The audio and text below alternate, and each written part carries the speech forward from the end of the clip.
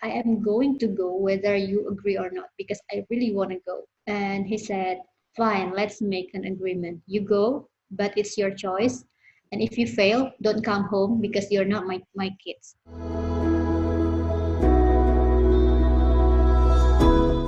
Can you tell me what kind of life journey, what other moments in your life that has shaped you to be you right now and to help you run a business? I could go back to 10 years ago when I was just a little girl in a small town in Sumatra Island. I was in the end of the high school.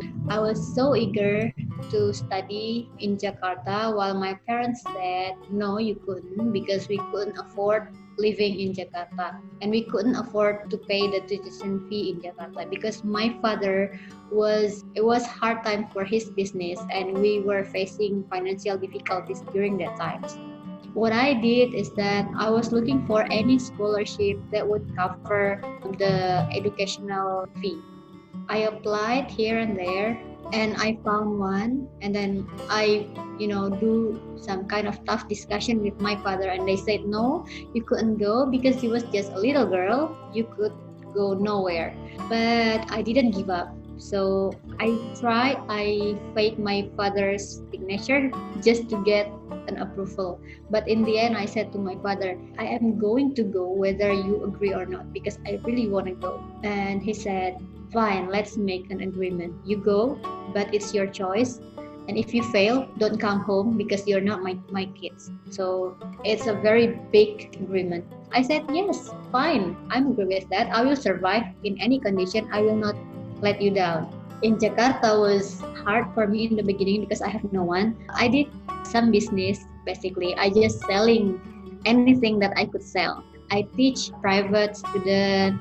I sell cosmetics like do the MLM stuff, anything that I could possibly do to get more money so that I can eat. That shaped me. Maybe in my unconscious mind, that's the way I have to survive in any environment.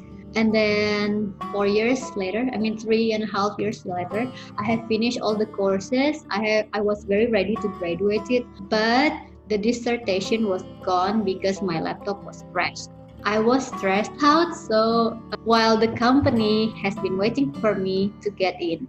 So they said, okay, just work and do your dissertation while you work. So I worked, but 3 years later, my dissertation has not finished yet. So I was almost dropped out. My career was great. I was, promoted to be a manager before I was 24, which is great. And people said that my life was fine, but actually behind the scene, my life wasn't that fine.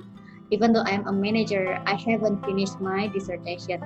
So I took my time to finish all the duties, which finally I graduated. Problem solved. But there is this one point when I feel like I need to do my master degree. I need to improve my knowledge because as a manager, I need to upgrade my skill, right? So I applied for a scholarship because as you know, my father and I wouldn't be able to pay for school in the UK. So I applied for a scholarship. I said to the interviewer that I wanted to become better professional, but at some point I want to become a businesswoman. I got the scholarship. If you know the LPDP scholarship, yes, that's the one who fully cover all the tuition fee and living costs while I studied in the UK. I think all the struggle during that 10 years has shaped me a lot because not only I can survive in such hard environment, but also my brain, my unconscious mind was trying to force me to face anything in front of me, whatever happened in front of me. If you fail, you can do it again. If you don't have any way, find a way.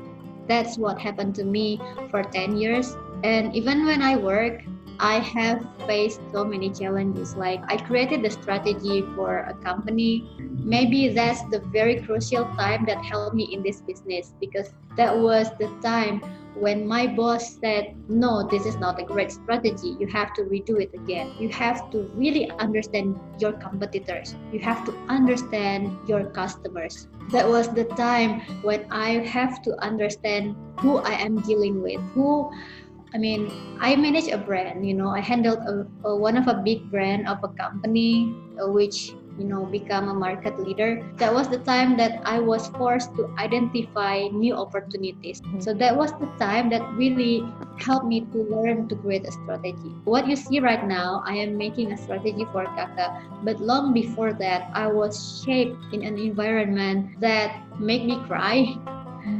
That I didn't sleep. I'm tired. I'm running out of energy. I feel like giving up, but I didn't give up. So maybe that was the time that shaped me into who I am.